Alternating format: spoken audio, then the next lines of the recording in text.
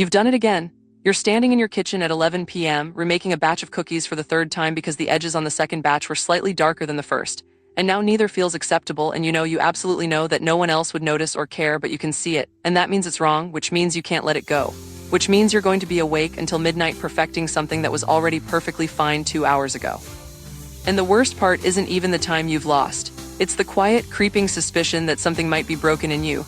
That normal people don't operate this way, that you're somehow both trying too hard and not trying hard enough simultaneously. We've all had perfectionist moments, sure, but the people who live this way consistently, who chronically, relentlessly hold themselves to standards that would make other people weep, are not simply high achievers with good work ethic, and they're almost certainly not as together as they appear from the outside. There's actually something very specific happening in their psychology, and once you understand it, you'll never look at perfectionism or perfectionists the same way again. So let's start with what perfectionism actually is, because most people get this wrong from the beginning. It's not about wanting things to be good or even great. It's not about having high standards or caring about quality. Those are reasonable, functional things. Perfectionism is about needing things to be flawless as a way of managing something else entirely, usually fear. Fear of judgment, fear of failure, fear of being exposed as fundamentally inadequate. The perfectionist doesn't redo the cookies because they love cookies. They redo them because imperfect cookies feel like evidence of a deeper deficiency, proof that they are not enough, and if they can just get the cookies right, maybe that feeling will stop.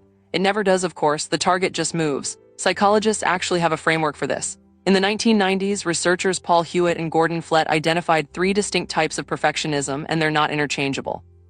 There's self-oriented perfectionism, where you hold impossibly high standards for yourself. There's other-oriented perfectionism, where you impose those standards on people around you.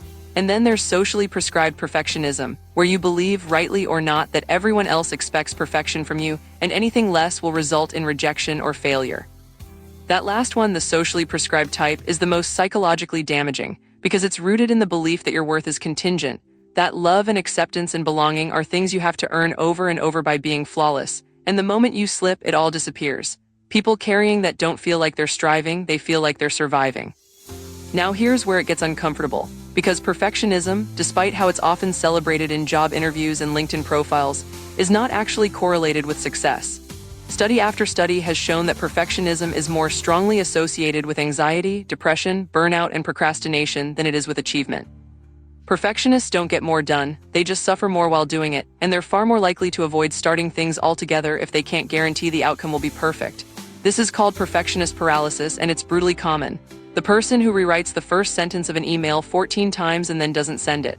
The artist who never finishes a piece because it doesn't match the image in their head. The student who skips the exam entirely because preparing for it made them feel so anxious about not knowing enough that studying became unbearable.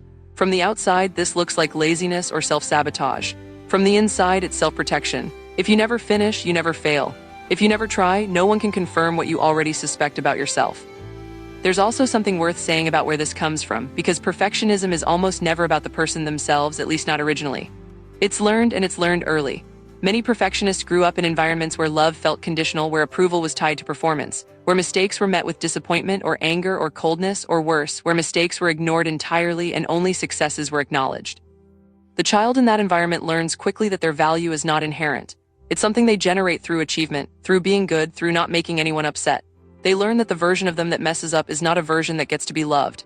And so they stop messing up, or they try to, or they become so anxious about messing up that the anxiety itself becomes the thing they're managing. And by the time they're adults, it's not even about the parents anymore.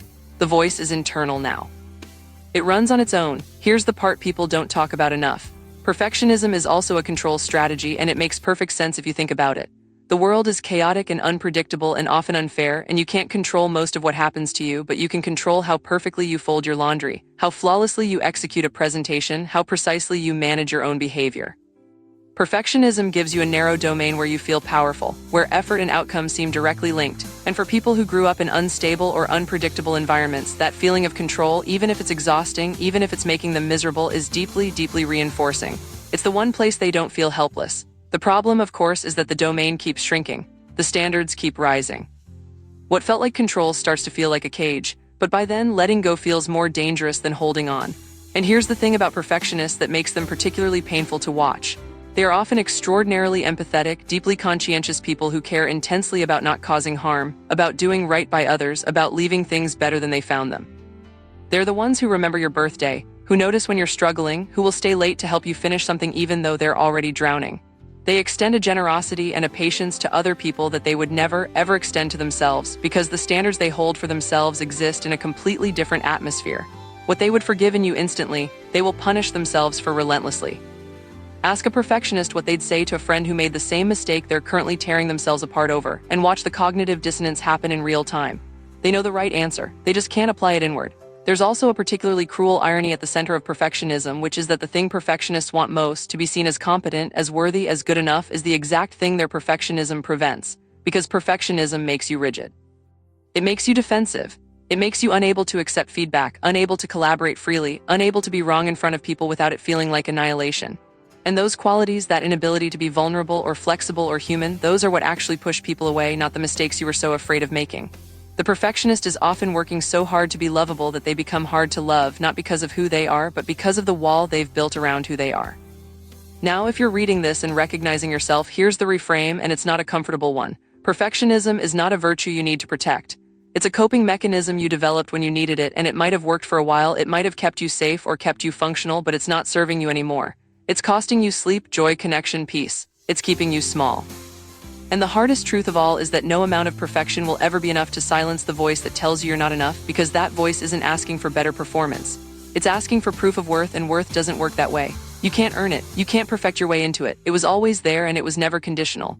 Letting go of perfectionism doesn't mean lowering your standards or stopping caring. It means uncoupling your self-worth from your output. It means learning to tolerate discomfort, to sit with the feeling of something being not quite right and not immediately fixing it.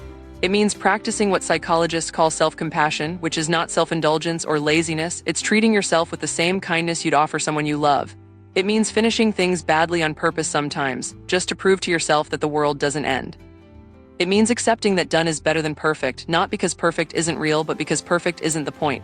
Here's what you need to hear. You are not your productivity. You are not your achievements. You are not the sum of how few mistakes you make or how impressed other people are. You are a whole entire person, and your value doesn't fluctuate based on performance. The cookies don't matter. The email doesn't matter. What matters is whether you're living a life that feels like yours, or whether you're spending it trying to meet standards that were never reasonable in the first place, and that no one, not even you, could ever actually reach. Perfectionism promised you safety. It promised you control. What it actually gave you was exhaustion and isolation and a life lived at arm's length from yourself. You don't have to keep paying that price. The mess was always allowed. You were always allowed, and you still are.